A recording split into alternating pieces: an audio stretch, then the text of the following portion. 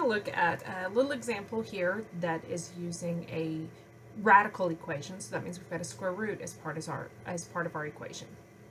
All right, so we have the period of a pendulum is the time to make one full swing. If the period, t, in seconds, is given by the equation t equals 2 pi times the square root of L over 32, where L is the length of the pendulum in feet, what is the length of a pendulum that has a period of 10.1 seconds? So our period is going to be 10.1, so we're going to plug 10.1 in for t and set that equal to 2 pi times the square root of L over 32.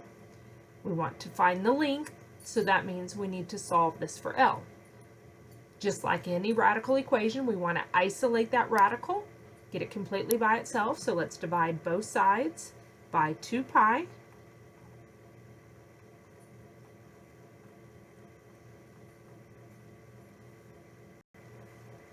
And now we're ready to take the square root of both sides to get rid of, or take the square both sides to get rid of that square root.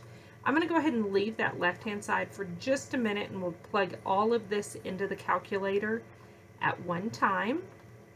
Square root of something squared is going to leave us just with what's inside the radical, and then multiply by 32 to get that L completely by itself. So our L is going to be equal to 32 times the quantity 10.1 over 2 pi squared. So let's go ahead and use our calculator. We can type it in exactly as it looks with one small change. We can do 32 times 10.1 divided by, we want both the 2 and the pi to be in the denominator, and our calculator is going to follow order of operations. Since division and multiplication are on the same level of order of operations, we do need to override that and multiply our 2 pi first. And the way we do that is to put that around parentheses, open parentheses on our 10.1. We have an open parentheses on our 2 pi, so we need to make sure and close both of those parentheses before we square it. And we do get our answer there. I'm going to show you a different way that works if you have a TI-84 calculator. You can use the fraction button.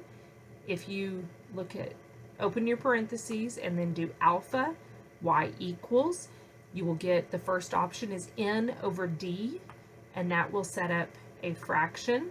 And so you can put 10.1 in the numerator and 2 pi in the denominator, and you do not need the parentheses around that denominator, but you do get the same answer. And so we get that our answer here is 82.7. So our length is going to be 82.7, and they did tell us that that was going to be in feet.